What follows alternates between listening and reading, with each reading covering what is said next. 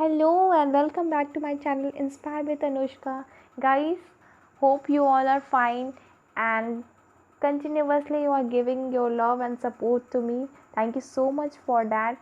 And I'm also trying all the time for keep or to give something best or something more which you really expect from the videos.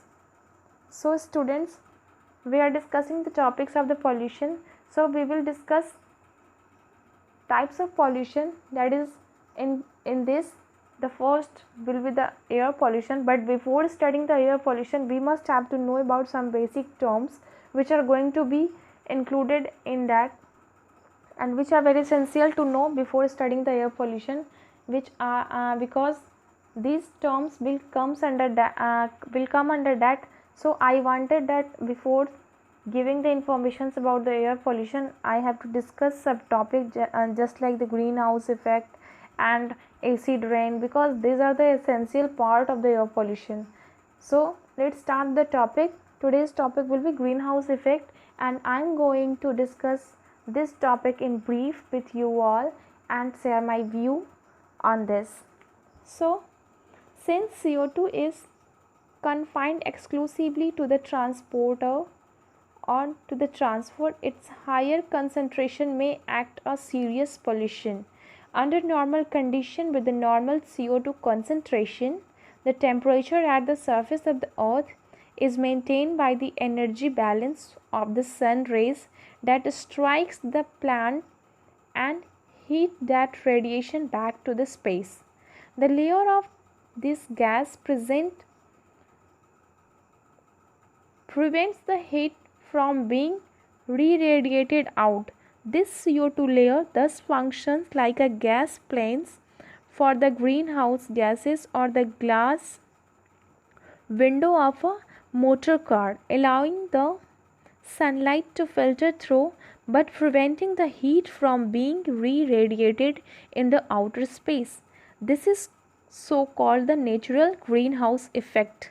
However, when there is an increase in the CO2 concentration, most heat is absorbed by the CO2 layer and water vapor in the atmosphere, which adds to the heat that already present. The net result in heating up of the Earth's atmosphere is called the enhanced greenhouse effect. Thus, increasing CO2 levels leads to the warm the air in the lower areas or the lower atmospheric levels on the global scale. Nearly 100 years ago, CO2 levels was 275 per meter. Today it is 350 ppm, and they by the year 2035 and 40 expected to reach up to the level of 450 ppm. So imagine the earth's temperature. CO2 increases the earth temperature by 50%, while CFC, that is chlorofluorocarbons, are responsible for another 20% increase. There are enough chlorofluorocarbons up to there to the last 120 years. What will happen if we do not stop CFCl uses?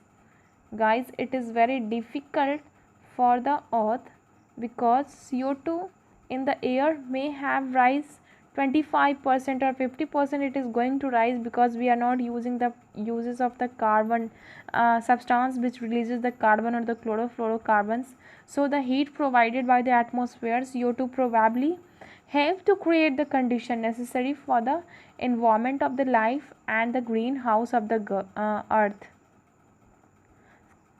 So there are some different in the opinion, however, above the extent of the rise of the earth's temperature, because these are the factual data and these may varies from place to place, but the temperature increase of the CO2 levels according to some computerized models dubbed by the CO2 levels, which increase the global net temperature by 15 degrees Celsius or by the 2 degrees Celsius, but some other way that this will be less than 1/4 of the degree. There are another gases also which are responsible or which are also contributing in the greenhouse effect. These are the sulfur dioxide, nitrous oxide, and chlorofluorocarbons.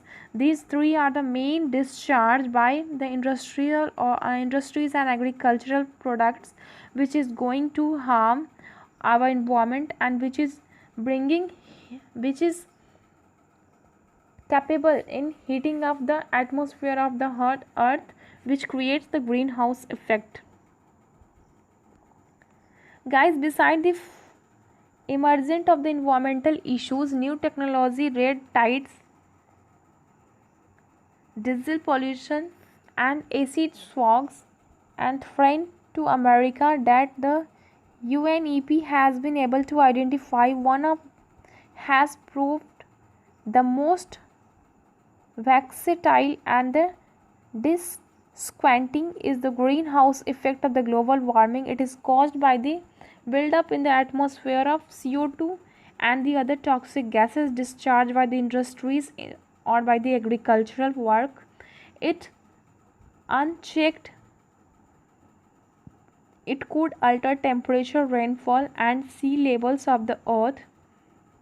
The appearing choose or the slogan for the global warming to alert the people on the environment or the World Environment Day, that is June 5, 1989. The cost of defense and would be enormous in the region of $100 billion or more for a 1 meter rise in the sea level. The problem is the most vulnerable areas in the developing world do not have enormous resources. The hardest hit may be developing world because these have to pay a lot for this global problem or for this greenhouse gas, because it's a global warming.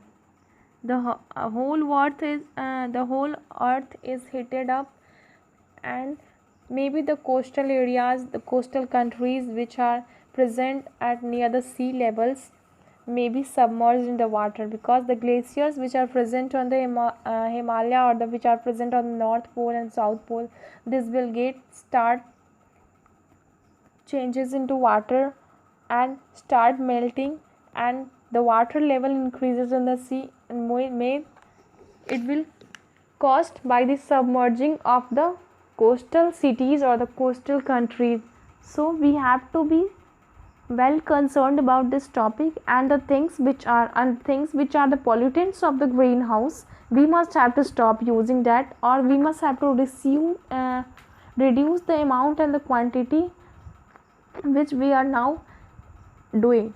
So I want to say that please try and help or give your contribution in doing so to reduce the environmental carbon dioxide, because it will harm all of us. It's a global problem, and we must have to participate in doing or preventing our earth or our environment. Students, this is all about today's topic. Hope you all have liked the video. If you like this video, then please press the like button, share it with your friends, and subscribe my channel. Thank you so much for watching and being with me for the so long time.